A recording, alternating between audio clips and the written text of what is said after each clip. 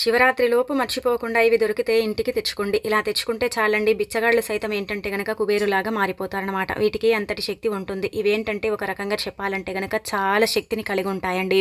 వీటి వల్ల ఏంటంటే ధనం వస్తుంది, సంపాదన పెరుగుతుంది, ఐశ్వర్యం కూడా లభిస్తుందన్నమాట.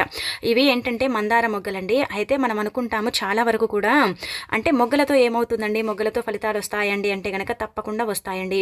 పురాణాల ప్రకారం ఏంటంటే గనక ఈ మొగ్గల్లో అతీత శక్తి దాగుంటుందన్నమాట. అంటే శివరాత్రి మనకు ఫిబ్రవరి 15 ఆదివారం రోజున రాబోతుంది కదా. అయితే ఈ ఆదివారం రోజున మీరు మర్చిపోకుండా ఏంటంటే చక్కగా గుర్తుపెట్టుకోండి, వీటిని తెచ్చుకోవచ్చు. లేదు మేము ఆదివారం కంటే ముందే కూడా అంటే శివరాత్రి కంటే ముందు మేము తెచ్చుకుంటామండి అంటే కనుక అలా కూడా తెచ్చుకోండి. వీటి వల్ల సంపాదన ఆగిపోతుంది కదండి. డబ్బు లేక నరకం చూస్తూ ఉంటాం, రూపాయి కూడా పుట్టనే పుట్టదు. ఎంతమందిని డబ్బు అడిగినా కానీ ఎవరు మనకి ఇచ్చే వాళ్ళు ఉండరు. అలా ఏంటంటే మన సంపాదన హరించిపోతూ ఉంటుంది, సంపాదన తగ్గిపోతూ ఉంటుంది. ఎలాగైనా సరే సంపాదన పెంచుకోవాలనుకుంటారు. అలాంటి వాళ్ళకి ఏంటంటే ఈ పరిహారం చక్కగా పనిచేస్తుంది. చాలా చాలా మంచి రిజల్ట్ని తెచ్చిపెడుతుంది. ఎలా చేయాలో తెలుసుకునే ముందు ఒక చిన్న రిక్వెస్ట్ అండి, వీడియోని పూర్తిగా చూడండి, నచ్చితే లైక్ చేయండి, కొత్తగా చూస్తున్నట్టయితే సబ్స్క్రైబ్ చేసుకోండి. ఇక ఆ తర్వాత ఏంటంటే కనుక మనకు మహాశివరాత్రి అంటే ఒక గొప్ప పర్వదినం అండి. అందరూ కూడా ఏంటంటే కనుక చెప్పాలంటే శివరాత్రిని ఘనంగా జరుపుకుంటూ ఉంటారు. ఊరు వాడ అంతా కూడా ఏంటంటే కనుక శివనామ స్వరూపణతో అంటే మారు మోగుతూ ఉంటుంది కదా. అయితే ఈ యొక్క శివరాత్రి రోజు ఖచ్చితంగా గుర్తుపెట్టుకోండి, వీటిని ఇంటికి తెచ్చుకోండి. అంటే మందార మొగ్గలండి, ఒక 4 మందార మొగ్గలు చాలండి. 4 వైపుల నుంచి కూడా ధనాన్ని ఆకర్షించడానికి, రుణబాధను తీసేసి అద్భుతమైన ఫలితాలను తెచ్చిపెట్టి మన జీవితాన్ని మార్చడానికి, మనకు సంపాదనను పెంచడానికి అంటే 4 మందార మొగ్గలు చాలని పురాణాలలో చెప్పబడుతుంది. అయితే మందార చెట్టు ఉంటుంది కదా, అందరి ఇళ్లలో మందార చెట్టు ఉంటుంది. ఈ మందార పువ్వులు ఏంటంటే గనక మనం పరిహారం కోసం ఉపయోగిస్తాం. అలానే కాకుండా ఇంకొకటి ఏంటంటే గనక దైవానికి కూడా ఏంటంటే మందార పువ్వులను పెడుతూ ఉంటాం, ఆకులు పరిహారం కోసం ఉపయోగిస్తూ ఉంటాం. మందార చెట్టు చాలా చాలా శక్తివంతమైనదని శాస్త్రాల్లో చెప్పబడుతుంది. కాబట్టి మందార చెట్టులో మనకు తెలియని ఒక దైవ శక్తి అనేది దాగుంటుంది. ఇది చాలా మందికి తెలియదు. ఎక్కడైతే మందార చెట్టు ఉంటుందో అక్కడ పాజిటివ్ ఎనర్జీ అనేది ఉంటుంది. మందార చెట్టు వల్ల మనకు ఎన్నో ప్రయోజనాలు ఉన్నాయి. జుట్టు పెరుగుదల కావచ్చు, పరిహారాల పరంగా కావచ్చు, అలానే కాకుండా విధి విధానాల పరంగా కూడా మందార చెట్టు అతీత శక్తివంతమైనదని మనకు పురాణాలలో చెప్పబడుతుందండి. అందుకే మీరు గుర్తుపెట్టుకోండి, మందార మొగ్గలు ఎలా తెచ్చుకోవాలంటే కనుక మనకు మందార చెట్టు ఉంటుంది కదా, అక్కడికి వెళ్ళి ఒక చెంబుడి నీటిని సమర్పించండి. ఇక్కడ మీరేంటంటే మందార చెట్టు దగ్గరికి వెళ్ళి చెంబుడి నీటిని సమర్పించి నమస్కారం చేసుకోండి. స్నానం చేసుకుని ఆ చెట్టు దగ్గరికి వెళ్ళి ఈ పసి మొగ్గలు ఉంటాయి కదా, ఈ మందార మొగ్గలు, వీటిని ఏంటంటే కనుక సంకల్పం చెప్పుకోండి. మా అవసరం కోసం మేము తీసుకెళ్తున్నాము, మాకు ఎలాంటి ఇబ్బందులు లేకుండా చక్కగా మేము దేనికోసం అయితే తీసుకెళ్తున్నామో ఆ పరిహారం మాకు పనిచేసేలాగా చూడు ప్రకృతి మాత అనేసి సంకల్పం చెప్పుకొని తెచ్చుకోండి. ఒకవేళ మీరు శివరాత్రి రోజే తెచ్చుకోవాలనుకుంటే ఆ రోజే తెచ్చుకోండి. ఇంకా ఆ రోజు ఆదివారం ఉంది, చాలా అంటే మంచి రోజుగా కూడా పరిగణించబడుతుంది. కాబట్టి ఆ రోజు కూడా తెచ్చుకోండి. మనం ఎలాగో పూజలు చేసిన తర్వాత ఉపవాసం ఉంటాము, నిష్ట నియమాలతో ఏంటంటే భగవంతుణ్ణి పూజిస్తూ ఉంటాము. అంటే శివలింగానికి అభిషేకం చేయటం ఇలాంటివన్నీ కూడా మనం చేస్తూ ఉంటాం కదా. అయితే ఈ రోజున ఏంటంటే కనుక సాయంత్రం 4 గంటల సమయంలో అండి మనకు అంటే చతుర్దశి అనేది ఏర్పడుతుందన్నమాట. అయితే 6 గంటల సమయంలో పూజ చేసుకోండి. ఇంట్లో మీరు ఉదయం ఎన్ని పూజలు చేసినా కానీ సాయంత్రం చేసే పూజకు మాత్రం చాలా ప్రత్యేకత ఉంటుందండి. ఆ పూజ ఏంటంటే కోటి జన్మల పుణ్యాన్ని తీసుకొస్తుంది. ఆదివారం రోజున సాయంత్రం పూట సంధ్యా సమయంలో ఎవరైతే ఆ పరమశివుడిని పూజిస్తారో అలాంటి వాళ్ళ యొక్క లైఫ్ అనేది చేంజ్ అయిపోతుంది. ఆ పరమశివుడి యొక్క అనుగ్రహం కలిగి వాళ్ళ సుడి తిరుగుతుంది. మనము భక్తితో ఒక చిన్న దీపం పెట్టినా సరేనండి, ఆ ఈశ్వరుడే ఐశ్వర్య వర్షాన్ని ఇస్తాడని చెప్పొచ్చు. అలానే కాకుండా తన అనుగ్రహాన్ని కూడా భక్తులకు అంటే సమకూరుస్తాడనమాట. అందుకే నిష్ట నియమాలతో చక్కగా మీరు పూజ చేసే ముందు అయినా సరే ఇలా ఈ మందార మొగ్గలను అయితే ఇంటికి తెచ్చుకోండి. మొగ్గలు మాత్రమే తెచ్చుకోండి, కొంచెము లావుగా ఉండేటివి అలానే కాకుండా కొంచెము అంటే ఇలా పెద్దగా ఉండేటివి వద్దు. మీకు ఇంకా మనం ఇక్కడ చూయించే విధంగా ఇలా తెచ్చేసుకోండి, సరిపోతుంది. వీటి వల్ల ఏమవుతుందంటే ధనం వస్తుందండి, ఐశ్వర్యం కలుగుతుందన్నమాట. అందుకే వీటిని ఇంటికి తెచ్చుకోండి. ఇలా ఒక 4 మొగ్గలను ఇంటికి తెచ్చుకున్న తర్వాత అందులో పచ్చకర్పూరం ఉంటుంది కదండి. పచ్చకర్పూరం మనందరికీ తెలిసిందే కదా, అతీత శక్తివంతమైనది, ధనాన్ని ఆకర్షిస్తుందన్నమాట. పచ్చకర్పూరం 4 మందార మొగ్గలు ఇక్కడ చూయించే విధంగా చిటికెడు కుంకుమ, చిటికెడు పసుపుని ఒక ఎర్రటి వస్త్రంలో వేసేసి మూట కట్టి దీపధూపం చూయించి ఆ తర్వాత వాటిని బీరువాలో దాచుకోవచ్చు. లేదంటే గనక వ్యాపారం చేసే స్థలాల్లో కూడా వీటిని పెట్టొచ్చు. అలా పెట్టినా అలా దాచుకున్నా ధనం రావటమే కానీ పోవటం అనేది జరగదు. మీరు అనుకోవచ్చు వస్త్రంలో పెట్టి మేము మూట కడితే అవి పాడైపోతాయి కదండి, అవేంటంటే గనక అంటే ఇలా ఇలా చిత్తు అయిపోతాయి కదండి అని మీరు అనుకోవచ్చండి. కొంచెం వాడిపోయినట్టు అవుతాయి కదా, అయితే అలా ఏం కావండి. మనం కొంచెం సేపు ఏంటంటే కనుక నీళ్లు తగలకుండా కొంచెం ఆరబెట్టి ఇంకా మనం తెచ్చుకున్న తర్వాత మన పూజ కార్యక్రమాలు చేసేసరికి అదే సమయం అవుతుంది. అదంతా కూడా చేసుకొని ఎర్రటి వస్త్రం కానీ లేదంటే మనకు పాలిథిన్ కవర్స్, జిప్లక్ కవర్స్ అంటాం కదా, అందులోనైనా సరే పచ్చకర్పూరం ఖచ్చితంగా పెట్టాలి. 4 మందార మొగ్గలు పెట్టుకోవాలి, పసుపు కుంకుమ పోయాలి, చిటికెడ పోయండి, ఎక్కువగా పోయకండి, ఎక్కువగా అవసరం లేదనమాట. ఇలా పోసేసి మీరు గట్టిగా సంకల్పం చెప్పుకోండి. ధనం రావాలి, ఐశ్వర్యం కలగాలి, అన్ని విధాలుగా కూడా మాకు బాగా కలిసి రావాలి, ఎలాంటి ఇబ్బందులు ఉండకూడదు, మేము కష్టాల నుంచి బయటపడాలి అని సంకల్పం చెప్పుకొని ఆ తర్వాత ఇంకా మీ ఇంటి బీరువాలో భద్రపరచుకోండి. 15 రోజులకు ఒకసారి తీసి ధూపం వేస్తూ ఉండండి, దానివల్ల కూడా మంచి జరుగుతుంది. కానీ ఏం పాడైపోవు, ఏం వాడిపోవండి. ఎలాగైతే మనం పూజించి బీరువాలో దాచుకుంటామో అదే మాదిరిగా ఉంటాయన్నమాట.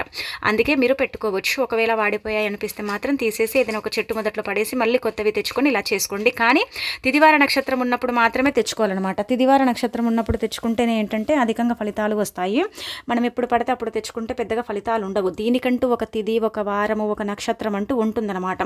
ఆ దాన్ని బట్టి మనం ఏంటంటే ఇలాంటివి తెచ్చుకుంటే మంచిదని పురాణ గ్రంథాల్లో చెప్పబడుతుంది. శాస్త్రాల ప్రకారం కూడా ఏంటంటే కనుక ఇవి చాలా చాలా శక్తివంతమైనవండి. అసలు వదులుకోకండి, తెచ్చుకోండి. దీనివల్ల మంచి జరుగుతుంది కానీ చెడు జరగదు. ధనం వస్తుంది, ఐశ్వర్యం కలుగుతుంది, దైవానుగ్రహం కూడా కలగటానికి అవకాశం ఉంటుంది, ప్రకృతి యొక్క అనుగ్రహం కూడా కలుగుతుందన్నమాట.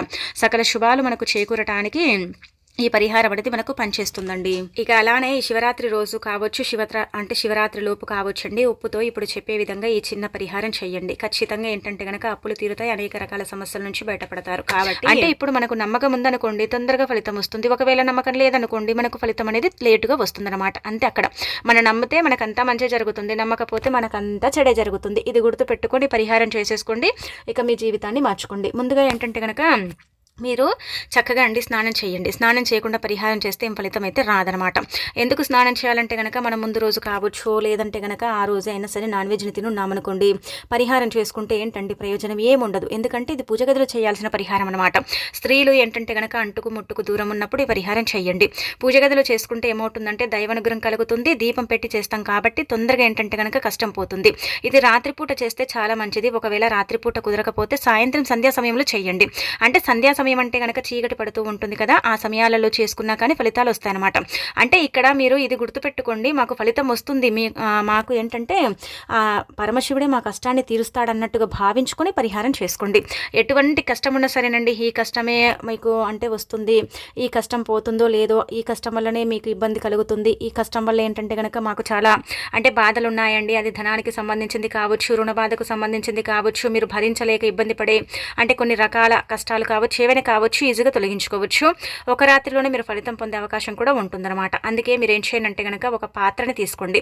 ఆ పాత్ర ఎటువంటిదైనా పర్వాలేదండి, కానీ మీరు వాడుకోకూడదు, మళ్ళీ గుర్తుపెట్టుకోండి. అలా ఒక పాత్ర తీసుకోండి, అంటే ఒక బౌల్ అండి, అది ఏదైనా సరే గాజుది కానీ ఇంకేదైనా కానీ తీసుకొని ఒక గుప్పెడంత ఉప్పుని ఏంటంటే మీరు తీసుకున్న బౌల్లో పోసేయండి. 1/2 స్పూన్ కుంకుమ, 1/2 స్పూన్ పసుపు, 1 స్పూన్ ఆవాలు, 5 రూపాయల బిల్లుని పెట్టాలి. ఇక్కడ ఇది గుర్తుపెట్టుకోండి. మీరు ఇది ఎందుకు పెట్టాలండి, ఇవన్నీ కూడా పెట్టడం వల్ల ఏం జరుగుతుందండి అని మీకు సందేహం రావచ్చు. ఇప్పుడు మనం భరించలేని కష్టాల గురించి చెప్పుకుంటాం కదా, అంటే పాత్రలో ఉప్పు పోసేటప్పుడు మన కష్టం గురించి చెప్పుకుంటాం. మనకి ఏ కష్టం ఉంటే ఆ కష్టం గురించి చెప్పుకొని ఉప్పులో అంటే ఉప్పు ఏంటంటే పాత్రలో పోసేస్తాం, అంటే బౌల్లో పోసేస్తాం. ఆ తర్వాత మనం ఏం చేస్తాం, పసుపు కుంకుమలు వేస్తాం. ఇవి ఎంత పవిత్రమైనవంటే అంత పవిత్రమైనవి, చాలా చాలా శక్తివంతమైనవి. కాబట్టి ఆ పాత్రలో వేసేసిన తర్వాత 1/2 స్పూన్ కుంకుమ, 1/2 స్పూన్ పసుపు, ఈ ఆవాలు ఉంటాయి కదండి, ఈ ఆవాలు ఏంటంటే చెడుని తీసేస్తాయండి, మంచిని తెచ్చి పెడతాయి. మనకు అన్ని విధాలుగా కూడా ఏంటంటే కనుక బాగా కలిసి వచ్చేలాగా చేస్తాయన్నమాట. ఇబ్బంది లేకుండా చేయటానికి ఆవాలు అనేవి చక్కగా ఉపయోగపడతాయండి. 5 రూపాయల బిల్లు ఏంటంటే కనుక ధన సమస్య, అంటే ధనానికి సంబంధించి సమస్యలు ఏర్పడుతున్నా, బాధలు ఏర్పడుతున్నా వాటిని తొలగించడానికి కూడా ఈ 5 రూపాయల బిల్లు అనేది ఉపయోగపడుతుంది.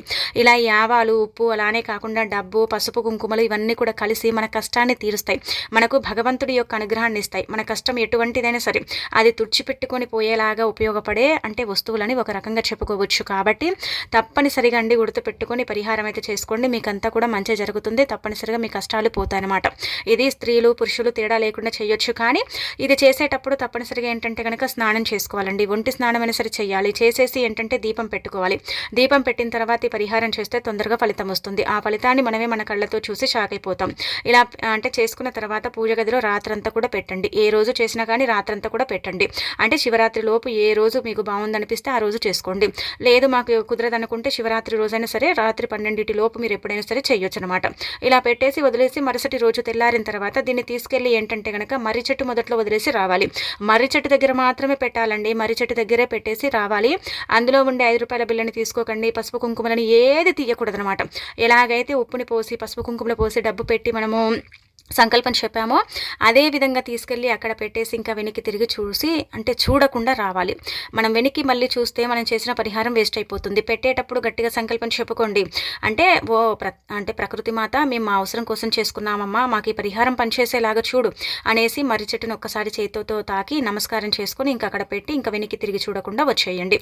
చూడండి మీకు ఏ విధంగా మీకు ఏంటంటే కనుక కష్టాలు పోతాయి, బాధలు పోతాయి అనేది మీకు అర్థమైపోతుంది. కానీ ఇక్కడ ఈ పరిహారం చేసుకుంటూ మీరు 10 అంటే కోరికలు కోరుకోవటం కానీ 10 సమస్యల గురించి చెప్పుకోవటం కానీ ఇలా చేయకూడదు.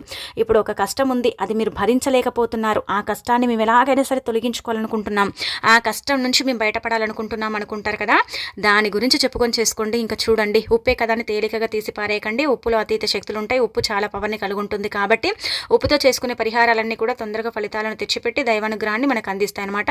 అందుకే ఆచరించేసుకోండి, ఇంకా తిరుగుండదు. ఇంకా మీరేంటంటే కనుక శివరాత్రి రోజు ఖచ్చితంగా చేయాల్సిన పరిహారం ఇప్పుడు చెప్పేటిది అనమాట. ఏం చేయండి అంటే కనుక మీరు ఇది బీరువా కింద పెట్టండి.